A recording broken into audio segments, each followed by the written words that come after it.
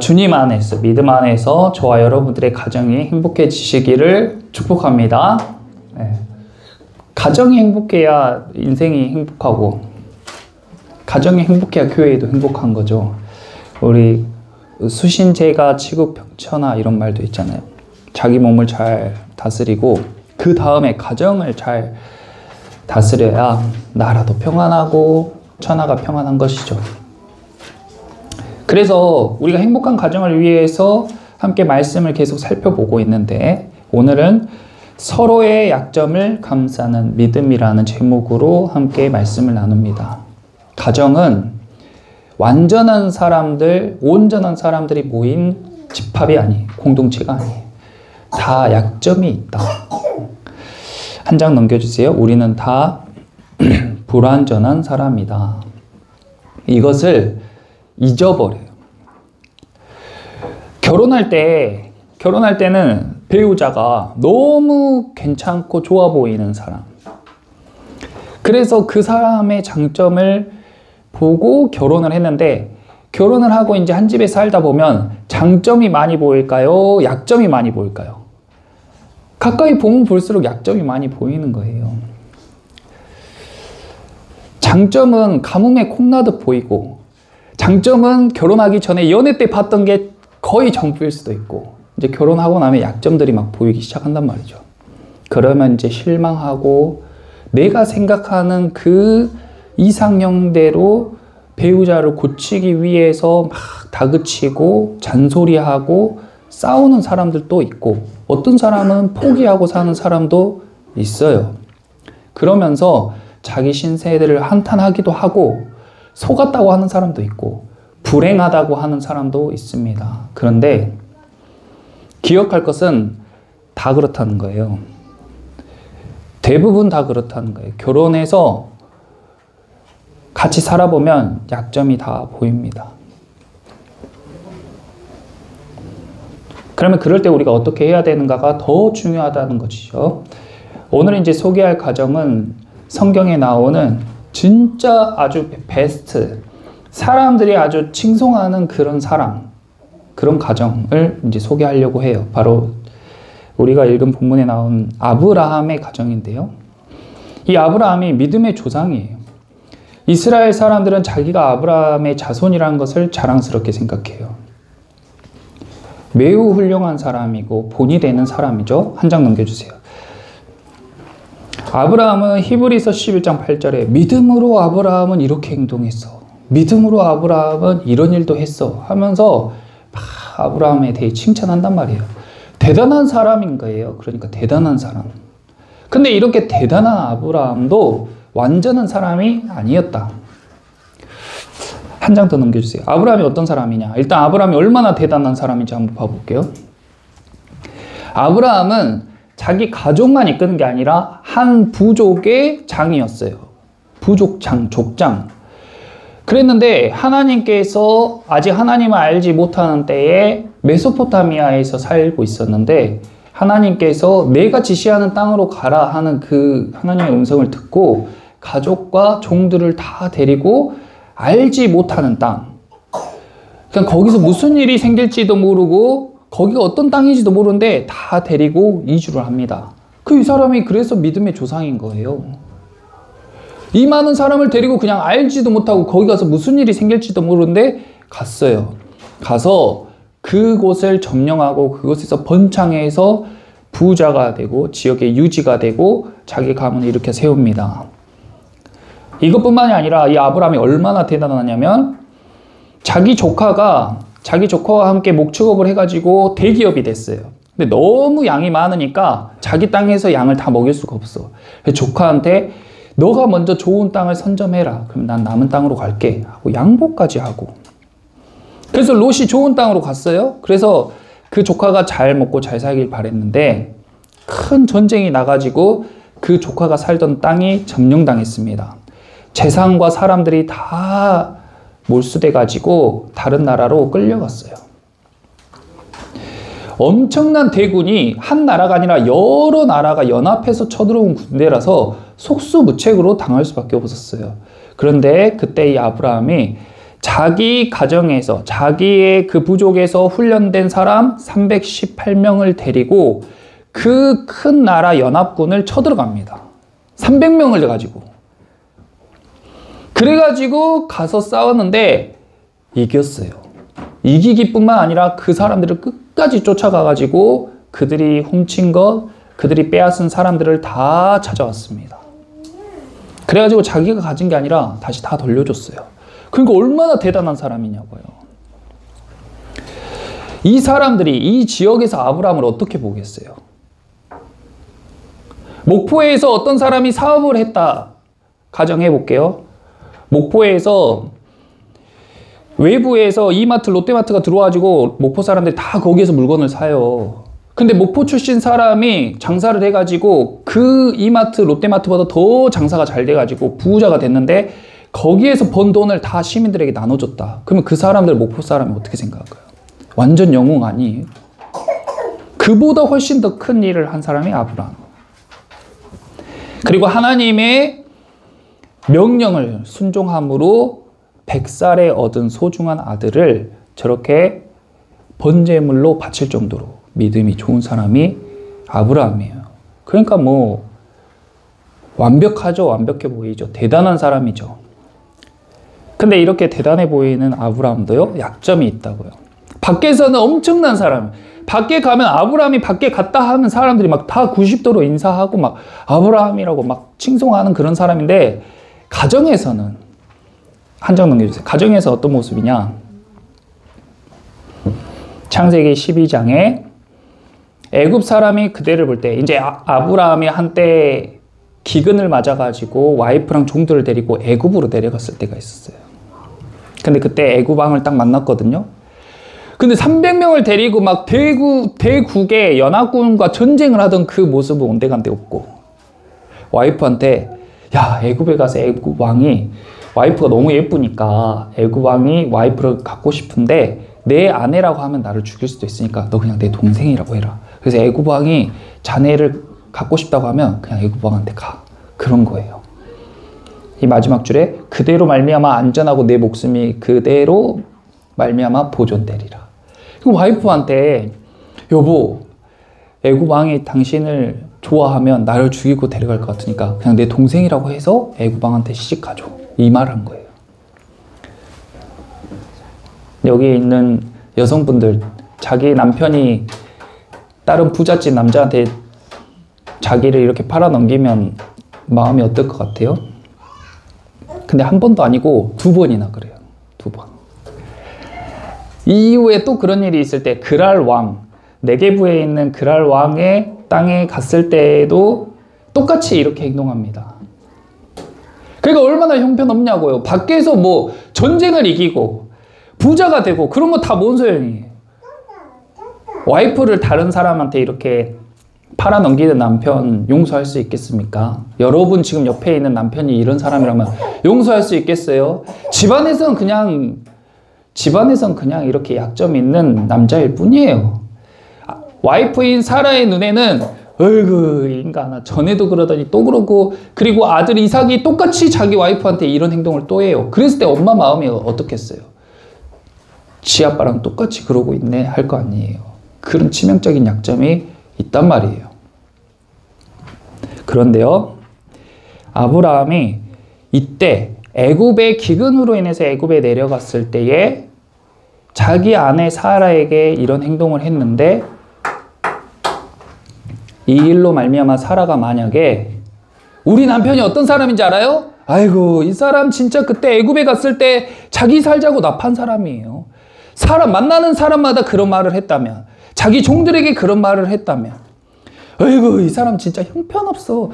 그때 나를 팔려고 했다니까, 자기 살자고. 이런 사람이 뭘 하겠어?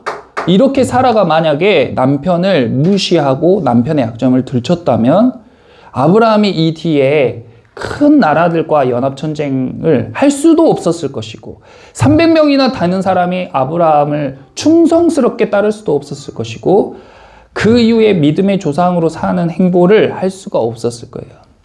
그런데 대단한 것은 아내인 사라가 사라로 이름이 바뀌었어요.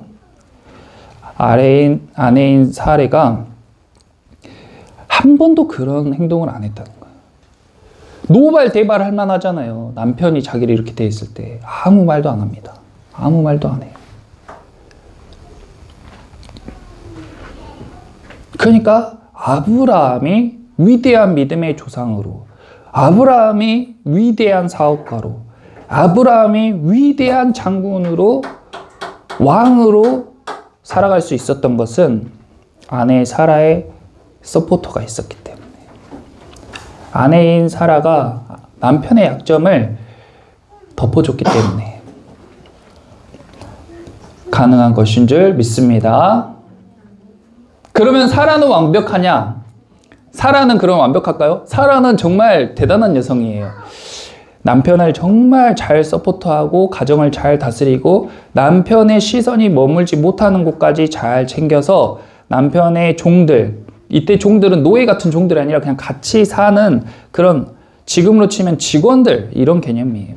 같이 사는 그 부족의 사람들을 잘 챙기고 잘 성장할 수 있게 서포트한 게 사라였어요. 그런데 이런 사라도 뭐가 있어요? 약점이 있다. 남들이 보기에 참 아브라함은 결혼 잘했어. 아브라함 와이프는 정말 대단해. 사라는 정말 대단해. 정말 남편에 대해서 이야기도 안 하고 남편이 보지 못하는 걸 다 챙기고 서포트하고 집안일도 잘하고 직원들도 잘 챙기고 사라는 정말 대단해 하고 칭찬받는 여성이었을지라도 사라도 약점이 있었다. 이제 오늘 본문이 그 사라의 약점인데요. 한 장 넘겨주세요. 사라에게 어떤 약점이 있었냐면 애를 못 낳았어요. 이 당시에 애를 못 낳으면 그냥 여자로서 인정을 못 받는 거예요. 그냥 여자로서 사람으로 취급을 못 받는 거예요. 그러니까 아브라함이 아무리 사라를 사랑해주고 아무리 사라를 아껴줘도 스스로 자존감이 너무 무너지고 스스로 존재감이 너무 없었죠. 나이를 먹으면 먹을수록 무너져 내리는 거예요. 근데 이때에 아이를 못 낳는 사람들은 자기의 종을 남편에게 주어서 그 종이 낳은 자녀를 양자 삼는 관습이 있었어요. 그러니까 사례도 너무 자녀를 갖고 싶고 나이를 먹어가니까 그 사람들이 그냥 주변 사람들이 다 하는 것처럼 자기도 자기의 여종을 아브라함에게 보냈어요. 사라만 아이를 갖고 싶었겠어요? 사례만 아이를 갖고 싶었겠냐고요? 아브라함도 갖고 싶죠. 아브라함도 자기도 어디 가도 안 빠지는 사람인데 자기의 대를 이을 자녀를 갖고 싶죠. 하지만 아브라함은 믿음의 사람이었기 때문에 기다렸단 말이에요. 누구보다도 종을 데려다가 아이를 갖고 싶었는데 기다렸어요. 근데 그런 남편의 마음을 잘 알고 있는, 또 자기의 처지가 너무 힘들고 어려운 이 사례가 자기가 먼저 내 여종을 줄 테니까 이 여종과 함께 자녀를 낳아라 하고 권해요. 그러니까 아브라함도 그 제안을 받아들였죠. 근데 여기서부터 이제 비극이 시작되는 거예요. 잘 봐보세요. 아이가 없을 때는 미칠 것 같아. 이 부부가 다 아이 때문에 미칠 것 같아. 자기들이 갖고 있는 것들은 이제 안중에도 없어요. 그냥 내가 갖고 있지 않은 아이 때문에 미칠 것 같고, 아이만 생기면은 우리의 모든 불행이 끝날 것 같아서, 그래서 자기들이 생각하기에 좋은 방법인 종을 남편에게 보내서 자녀를 갖는 방법을 선택했단 말이에요. 그런데 그 다음 어떻게 됐냐면 본문을 보세요. 그 다음에 4절, 창세기 16장 4절을 함께 읽어보겠습니다. 아브라함이 하갈과 동침하였더니 하갈이 임신하매 그가 자기의 임신함을 알고 그의 여주인을 멸시한지라.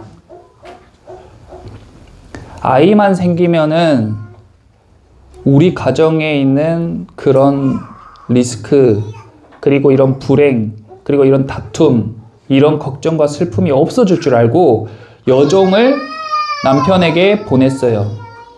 그런데 여종이 아이를 갖게 됐어. 드디어 자기가 그렇게 기다리던 아이를 갖게 됐단 말이에요. 그러면 이제 끝나야 되잖아요. 이 갈등이 끝나야 되잖아요. 이 불행이 끝나야 되잖아. 근데 또 다른 불행의 시작이야. 어떤 불행이 생겼어요? 여종이 여주인을 멸시하는 거예요. 또 다른 스트레스예요. 또 다른 갈등, 더 큰 불행. 사례는 또 미칠 것 같죠. 저 여종이 지금 나한테 눈도 못 마주치고 내 옆에서 굽신굽신하던 그 여종이 아이를 가졌다고, 자기 남편의 아이를 가졌다고 이제 자기가 아내의 역할을 하려고 하고 나를 무시하네? 이거 진짜 사람이 환장하겠잖아요. 그래도 참았어야죠. 믿음의 사람이라면, 하나님을 믿는 사람이라면 자기가 그렇게 하라고 했잖아요. 자기가 자초한 거잖아요. 그거 생각 못하고 그렇게 행동한 거면 자기 실수잖아요. 그런데 그 다음 절 봐보세요. 5절 같이 읽어볼게요.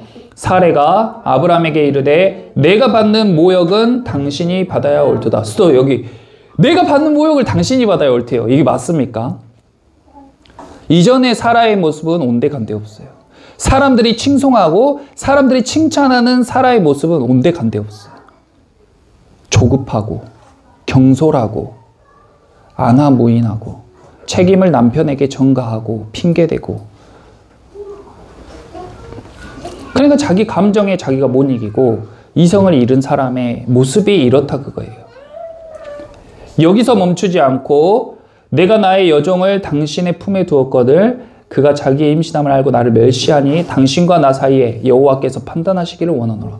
하나님이 판단하래요. 하나님이 판단하면 사라 편을 들어주겠습니까? 이런 사라를 보면서 주변 사람들은 하나님을 믿고 싶겠어요? 이렇게 행동하는 사람을 보면서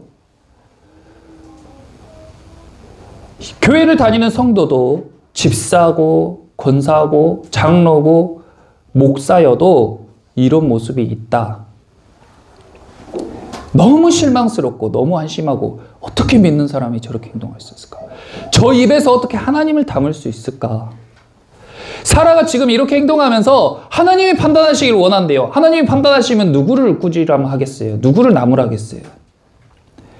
근데 감정이 너무 올라오고 이성을 잃어버리고 자기한테 너무 몰입하다 보니까 상황 파악이 잘 안 돼요. 6절에 아브라함이 사라에게 이르되 당신의 여종은 당신의 수중에 있으니 당신의 눈에 좋을 대로 그에게 행하라. 남편은요 300명을 부리는 대장도 나라를 다스리고 미국 대통령도요 아내가 이렇게 짜증 부리면 감당 못하는 거예요. 아내가 이렇게 지금 논리적으로 말이 안 통해. 자기가 지금 자라고 해서 잡고 아이를 가지라고 해서 가졌고, 근데 아이를 가져서 여종이 이렇게 행동하니까 남편 때문이라고, 남편이 지금 책임지라고 남편을 갈구고, 하나님이 막 판단하시길 원한다고 막 그렇게 말하는 와이프한테 어떻게 할 방법이 없어요. 아브라함이 당신 알아서 하시오. 그러니까 사라가 어떻게 했냐면 하갈을 학대했어요. 하갈이 낳은 자녀도 학대했어요. 하나님을 믿는 사람.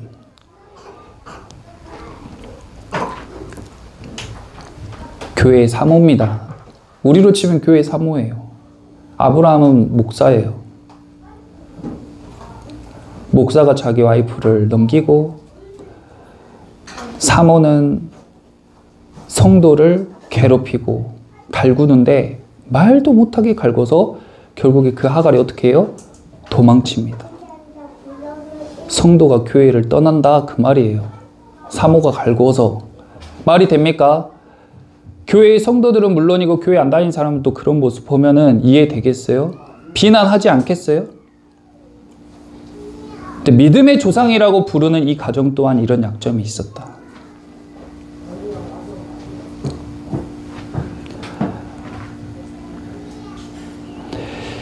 결론은 아브라함이 사라를 나무라거나 꾸짖거나 쫓아내거나 징계하지 않았다는 겁니다. 다른 사람은 다 욕했죠. 주변 사람은 다 욕했죠. 어떻게 저럴 수 있냐? 어떻게 저런 행동을 할 수 있냐? 근데요, 아내인 아브라함은 자기 와이프를 탓하거나 꾸짖거나 징계하지 않았다.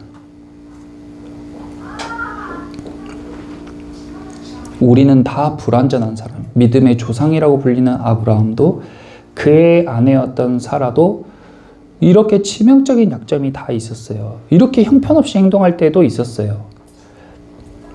그런데 성경은 그런 걸 적나라하게 다 보여줘요.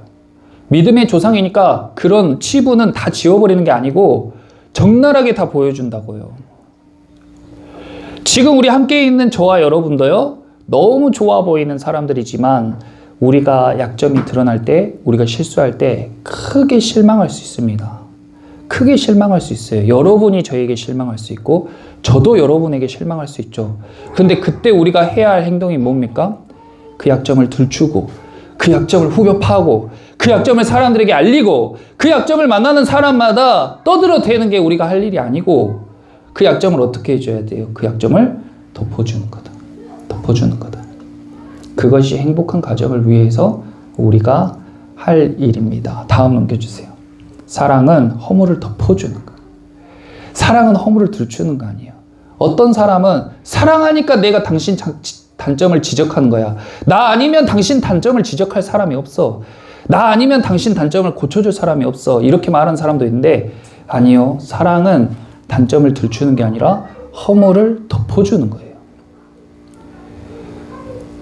나도 단점이 있고 상대방도 단점이, 나도 약점이 있고 상대방도 약점이 있어요.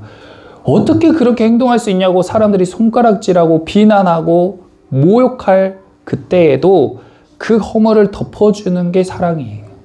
그리고 우리는 그것을 각오하고 작정하고 결혼을 한 겁니다. 그것을 각오하고 작정하고 교회에 나오는 거예요. 예수님을 믿는 거예요. 그래서 사람의 약점을 덮어주는데, 사랑으로 덮어주는데 가장 헌신적으로 가장 크게 덮어준 사람이 바로 예수님입니다. 예수님이 우리의 허물을 다 덮어주셨어요. 그래서 우리도 예수님을 닮아서 덮어주는 거예요. 예수님이 우리를 용납하셨고 용서해 주셨으므로 우리도 그것을 덮어주는 겁니다. 다음 넘겨주세요. 이 이전. 네. 아브라함이 이렇게 위대한 일을 했잖아요. 아브라함이 이렇게 위대한 일을 할 수 있었던 이유는 뭐예요? 아브라함이 실수하고 약점이 보였을 때에 그의 약점과 실수를 덮어주는 아브라함을 사랑하는 사람이 있었기 때문에, 그랬기 때문에 이 300명이 목숨 바쳐서 아브라함과 같이 전쟁에 나가서 이기고 돌아올 수 있었던 겁니다. 남편이 형편없다고, 남편이 돈 못 번다고, 남편이 내 생각보다 안 도와준다고 갈구지 마세요. 허물을 덮어주세요. 그래야 그 남편이 더 훌륭해집니다. 와이프가 좀 요리 못한다고, 와이프가 집안일 안 한다고 갈구지 마세요. 아내의 허물을 덮어줘야 더 훌륭한 아내로 변화될 줄 믿습니다. 반드시 그럽니다. 그냥 같이 예배를 열심히 들으세요. 기도하세요. 예수님을 의지하세요. 그러면 내가 바꾸지 않아도 주님께서 우리 남편을, 우리 아내를 만지시는 것을 믿으시기를 축복합니다. 그렇게 변화되는 거예요. 내 잔소리로, 내 갈굼으로 변화되지 않아요. 오히려 내가 허물을 덮어줌으로, 내가 약점을 감싸줌으로 그렇게 변해가는 것입니다. 가정만 그렇게 변해요? 아니에요. 교회는 가정의 다른 모습이에요. 가정과 교회는 함께 가는 거예요. 그러므로 교회에서도 마찬가지 성도들끼리 성도의 약점을 보고 그것을 막 지적하고 들추고 후벼 파고 뒷담하고 험담하고 그렇게 하는 교회는 쪼개지는 거예요. 그렇게 하는 교회는 불행해요. 그렇게 한다고 그 사람 절대 안 바뀌어요. 목사도 실수하고 목사도 사람이에요. 목사의 허물을 보고 성도들끼리 궁시렁궁시렁하고 부부끼리 궁시렁궁시렁하면 본인들만 손해입니다. 그 목사가 결코 훌륭하게 성장할 수 없어요. 그 교회가 하나님이 맡기신 큰 일을 할 수 없어요. 목사와 사모와 성도들의 허물을 사랑으로 다 덮어주는 거예요. 그리고 기도하는 거예요. 변화될 수 있게 해달라고 기도하는 거예요. 그랬을 때에 교회의 주인 되시는 주님께서 목사와 사모와 성도들을 만지실 줄 믿습니다. 그래야 행복한 교회가 되고 하나님이 쓰시는 교회가 되는 거죠. 다음 넘겨주세요. 잠언 10장 12절 같이 한번 읽어보겠습니다. 미움은 다툼을 일으켜도 사랑은 모든 허물을 가리느니라. 모든 허물을 가리느니라. 이건 가려줄 수 있지만 이건 도저히 내가 가려줄 수 없다. 그런 허물은 없는 거예요. 야, 이건 진짜 인간적으로 이건 가려줄 수 없다. 이런 허물은 없는 거예요. 모든 허물을 가립니다. 근데 미워하면 다툼이 생겨요. 부부끼리, 부모 자녀끼리 미워하지 마세요. 사랑으로 덮어줘야 됩니다. 한 장 더 넘겨주세요. 한 번 더 읽어볼게요. 베드로전서 4장 8절. 무엇보다도 뜨겁게 서로 사랑할지니 사랑은 허다한 죄를 덮느니라. 해도 한두 번이지. 덮어주는 것도 한두 번이지, 이 사람아. 하지 말라 했잖아. 내가 하지 말라 했지. 내가 하지 말라 했지. 그 말 하지 말라고 했지. 그 행동 하지 말라고 했지. 난 정말 그 말 할 때마다 정말 화가 나 미칠 것 같단 말이야. 그 행동할 때마다 난 정말 머리가 터져버릴 것 같아. 내가 진짜 그동안 많이 참아줬잖아. 더 이상은 못 참아가 아니고 허다한 죄를 덮어줘야 돼. 허다한 약점을 덮어줘야 돼. 베드로가 예수님의 제자가 예수님이 용서하라고 하니까 예수님 용서를 도대체 몇 번 해야 됩니까? 7번 하면 됩니까? 아니 7번씩 70번 490번? 그러면 490번 하면 491번부터는 화내도 돼요? 그게 아니고 그만큼 계속 용서하고 계속 덮어주라는 거죠. 화가 나서 막 속이 뒤집어질 것 같을 때 어떻게 해야 돼요? 악을 써야 돼요? 화를 내야 돼요? 아니면 더 이상 참지 못하고 상을 뒤집어 엎어야 돼요? 아니에요. 화가 나면 날수록 교회 와서 기도해야 돼요. 기도해야 돼요. 교회 와서 소리 지르세요. 주여 하고 소리 지르세요. 그리고 하나님께 그 억울함을 호소하세요. 하나님께 그 약점을 부르짖으세요. 그리고 사람의 허물은 덮어주는 거예요.